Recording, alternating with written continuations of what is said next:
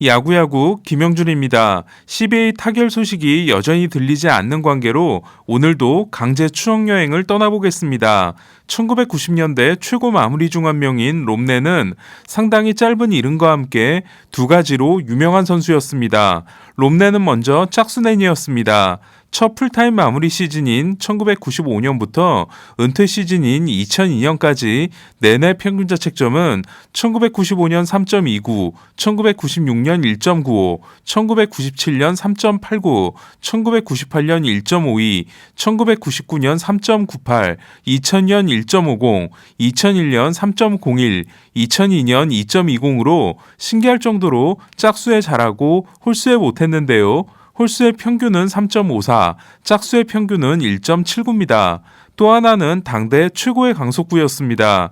1997년 플로리다의 마무리였던 내는 클리브랜드와 대결한 1997년 월드시리즈 1차전에서 두 차례 102마일을 찍습니다.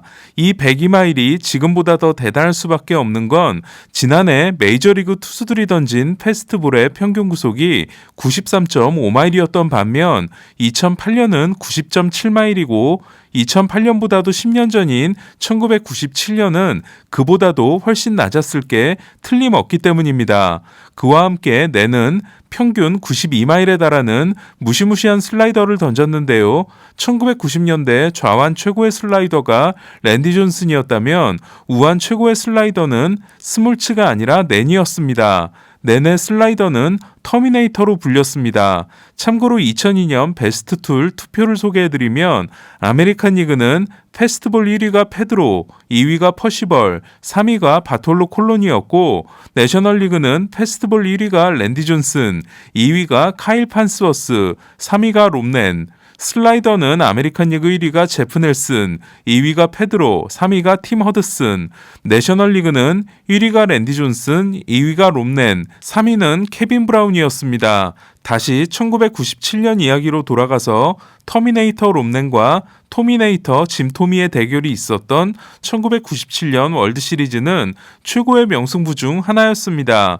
최종전인 7차전 1대2로 뒤진 9회 초 1-4-1-3루 실점 위기에서 플로리다 짐 릴랜드 감독은 낸을 마운드에 올립니다.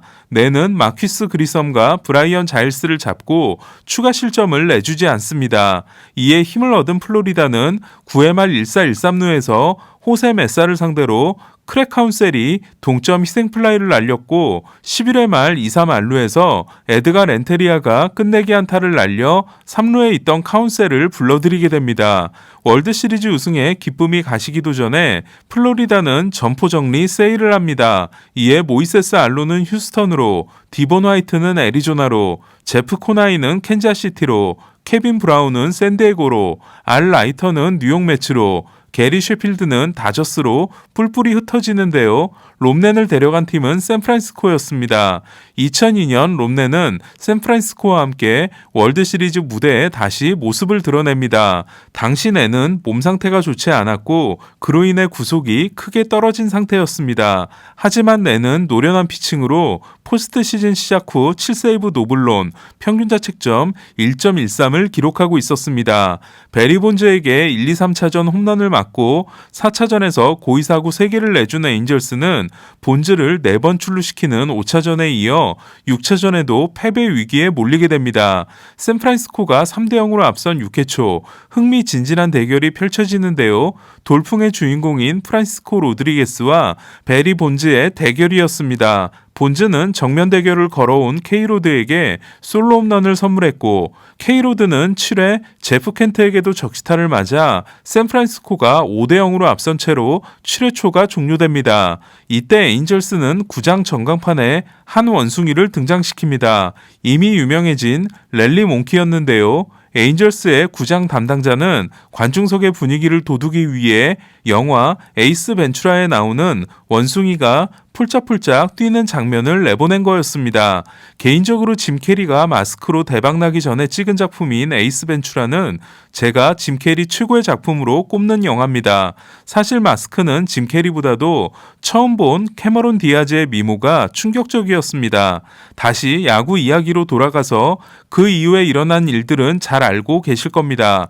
에인절스는 7회 말 스카스피지오가 펠릭스 로드리게스를 상대로 3런 홈런, 8회 말 데린 얼스테드가 팀 월해를 상대로 솔로 홈런을 날려 순식간에 5대4 한 점 차를 만듭니다. 월헬이 홈런을 내준 후에도 연속 안타를 맞고 무사 2, 3루에 몰리자 샌프란시스코 더스티 베이커 감독은 내보내지 말았어야 할 롬넨을 내보냈는데요. 공을 던질 수 없는 상태였던 넨은 결국 트로이 글로스에게 역전 2타점 2루타를 맞게 됩니다. 에인절스가 3%의 승리 확률을 극복한 월드시리즈 역사에 남은 명승부에서 명승부의 희생양이 된 넨은 시즌 후 받은 어깨 회전근 수술을 포함해 3번이나 수술을 받게 되지만 결국 돌아오지 못하고 은퇴하게 됩니다.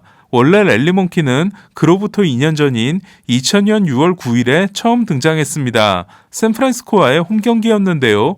이 경기에서 에인절스는 4대5로 뒤진 9회 말 데린 얼스테드가 동점 적시타, 모본이 끝내기 안타를 날리고 승리합니다.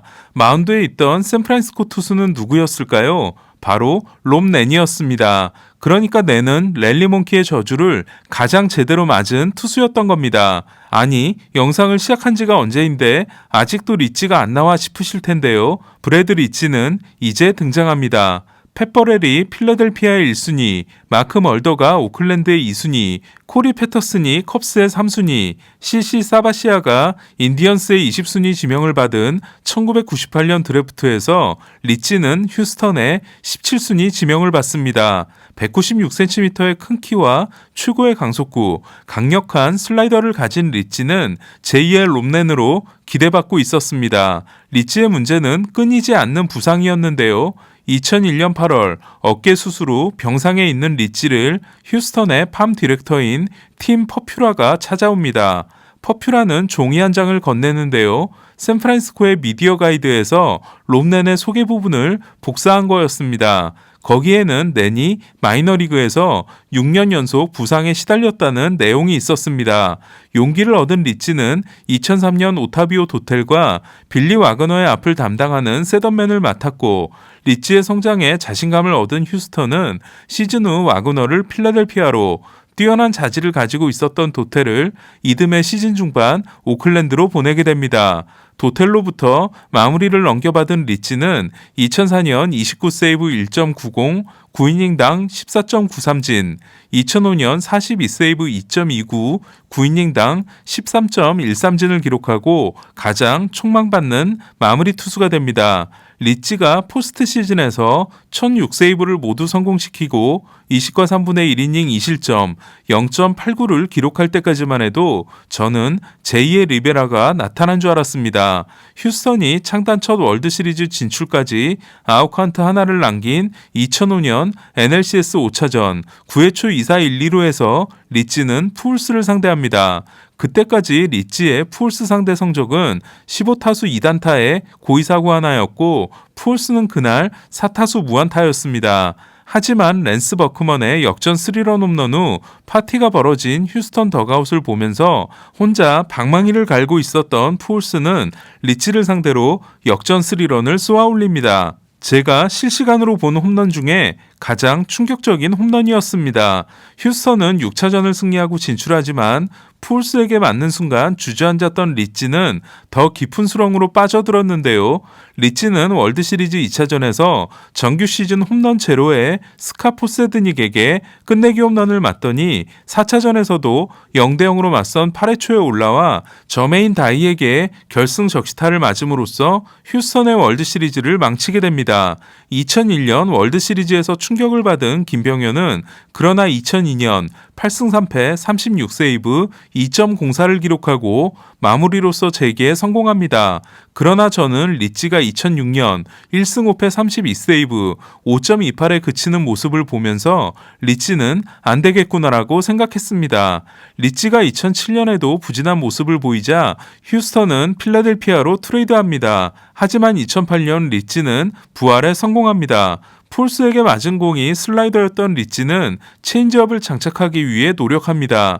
하지만 필라델피아가 내린 처방은 체인지업을 던지지 말고 슬라이더와 패스트볼의 피칭 동작을 일치시키는데 전력을 쏟을 것이었습니다. 그 결과 2008년 리치는 정규 시즌에서 41세이브 노블론 1.95, 포스트 시즌에서 7세이브 노블론 0.96이라는 완벽한 시즌을 만들어내게 됩니다. 롬넨과는 다른 결말이었던 겁니다. 리치의 40세이브 이상 노블론은 2003년 가니에에 이어 두 번째였는데요. 하지만 가니에가 이후 약물 선수가 되고 그의 3번의 패전이 있었던 반면 40세이브 이상을 거두면서 블론과 패전이 없는 시즌을 달성한 투수는 지금도 리치가 유일합니다. 포스트 시즌 최다 세이브 투수는 42세이브를 기록한 마리아노 리베라입니다. 2위는 19세이브의 켈리 젠슨, 3위는 18세이브의 브래드리 있지, 4위는 15세이브의 데니스 에커슬린데요. 리베라 하면 2001년 월드시리즈 7차전, 리치는 2005년 NLCS 5차전, 에커슬리는 1988년 월드시리즈 1차전 등 블론 세이브 장면으로 기억된다는 게 마무리 투수의 숙명입니다. 젠스는 한 장면을 뽑기가 어렵네요. 그렇다면 신기의 리베라를 제외하면 포스트 시즌 마무리 인간계 1위는 누구일까요? 젠스는 19세이브 4블론 2.13, 리치는 18세이브 2블론 2.18인데요. 젠슨의 블론 4개가 모두 월드시리즈인 반면 리치는 푸올스의 충격에서 벗어난 후 포스트 시즌에서 12연속 세이브 성공을 기록하게 됩니다. 2009년 다시 심각한 부진에 빠지고 2010년 재기에 성공하는 리치는 롱런하지 못하고 225세이브로 은퇴합니다. 명전 투표에서도 첫해 0표를 받는데요. 하지만 지금 생각해보면 리치는 트라우마를 극복하고 노블론 시즌과 월드시리즈 우승을 만들었다는 점에서 대단한 마무리였다는 생각이 듭니다. 오늘 소식은 여기까지입니다. 야구야구로 돌아온 추세결 김영준이었습니다.